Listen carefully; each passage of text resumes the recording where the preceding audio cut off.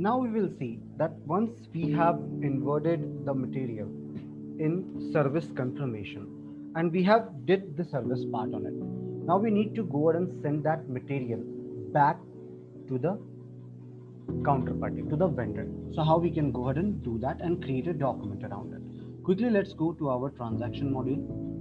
Now, this is a list of transactions which I have created. This is the service confirmation transaction which I have created for polishing. I will open this transaction timeline.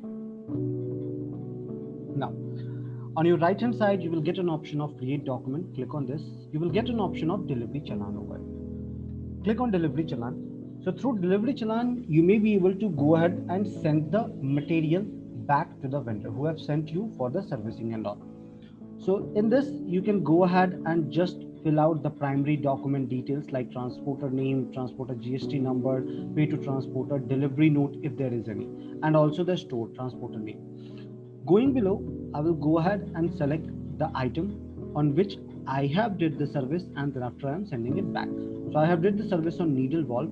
So I will select this needle valve and I will put the quantity 240 because I have did the service on 240 numbers of needle valve. Going below, you can go ahead and put the extra charge, attachment, additional detail and comment according to your requirement.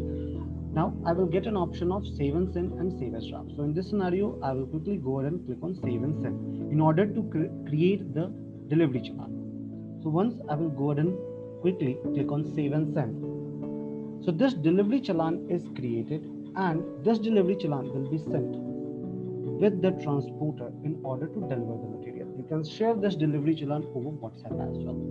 I hope it helped you out in creating a delivery challan in service document. Have a good day.